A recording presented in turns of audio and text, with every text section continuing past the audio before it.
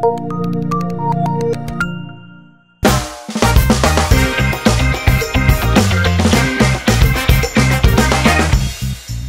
heeft dus potentie voor alles, als je het maar wil. Waar een wil is, is een weg. En natuurlijk is daarbij belangrijk vaderlandsliefde. Vandaag in Mi Sweetie Sranang, spoken word artiest Sulil Blinker.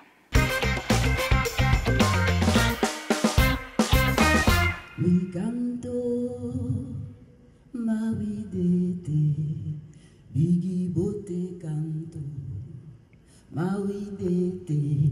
Kijk, bij spoken word gaat het bij mij niet om als de woorden heel mooi dansen. Dat is mooi. Maar het gaat erom dat als je klaar bent, dat je mensen hebt geraakt. Dat iets is gebeurd. Een of andere vloeistof is uit het lichaam gegaan. Als het een traan is, als het vocht is, of als het een lach is. Dat is spoken word. Waar ik vandaan, waar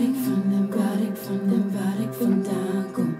Het is belangrijk om een doel te hebben. En al zijn het korte doelen, maar om een doel te hebben, dan krijg je een drijfveer en dan krijg je een bedrijf. En dan krijg je bedrijvigheid, dan krijg je productiviteit en dan krijg je vruchten.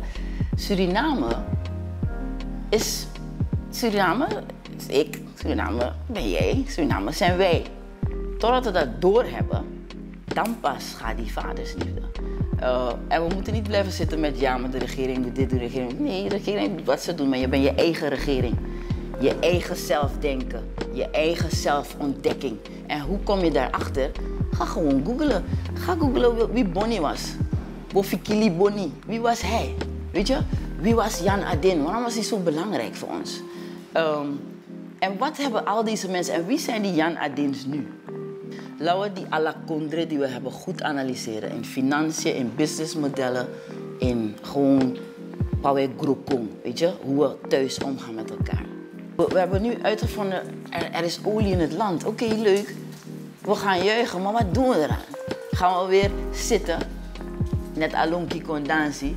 En dan komen die anderen allemaal raven, want dit is Eldorado. Dus de erkentenis en de waardering, dat is dat ding.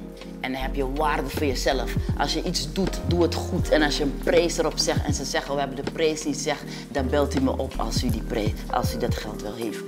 Het zit niet alleen op vormgeving, maar inhoud. Wat zeg je precies en wat is je intentie als je het zegt? Sani. Kijk niet naar mensen hun tuintje, maar kijk naar je eigen tuintje. Wat plant je? Wat doe je? Wat is met jou bezig? En als we allemaal onze mooie tuintjes hebben, nou, dan ziet ons groot tuintje er heerlijk uit. Wampo, wampo,